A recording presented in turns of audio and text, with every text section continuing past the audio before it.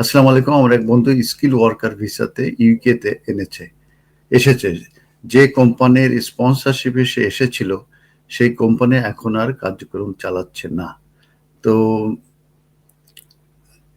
কার্যক্রম চালাচ্ছে না। বর্তমানে সে অন্য একটি কোম্পানিতে স্কিল ওয়ার্কার ভিসার জন্য আবেদন করেছে।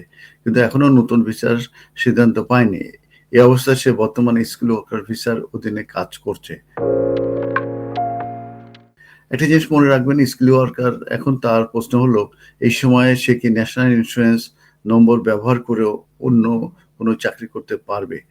প্রথম কথা হচ্ছে যে যখন তার মেইন জবটা ছিল সেই জবটা যদি সে কমপ্লিট করে যদি অন্য কোনো additional job, similar SOC, similar টাইপের জব যদি উনি করে, তাহলে কিন্তু উনি করতে পারবে।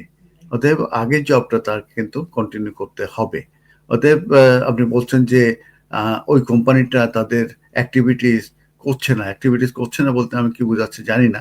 যদি ওই কোম্পানিটার স্পন্সর লাইসেন্স যদি থেকে থাকে, তাহলে কিন্তু সেটা অবশ্যই তাদের ওখানে কাজ করতে হবে। যদি কাজ না করে তাদের লাইসেন্স থাকার পরে, তাহলে কিন্তু এটা ব্রিচ হবে।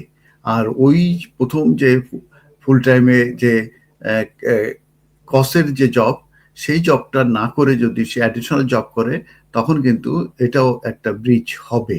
অতএব প্রথম যে মেন জব সেটা যদি সে ফুল টাইম কন্টিনিউ করে, তারপরে যদি অ্যাডিশনাল 20 আওয়ার্স কাজ করে, তাহলে কিন্তু সে কোনো ব্রিচে পড়ছে না, এটা লফুল হচ্ছে। কিন্তু মেন জব যদি সে না করে, আর যদি পরবর্তীতে জবটা যদি সে করে, অ্যাডিশনাল জবটা প্রথম জব মেন জবটা না করে, তাহলে কিন্তু এই ক্ষেত্রে ব্রিচ হবে। আমার মনে হয় যে আপনাকে বোঝাতে পেরেছি যে আসলে বিষয়টাই কি। আপনাকে ধন্যবাদ কোশ্চেন করার জন্য। শুধু দর্শক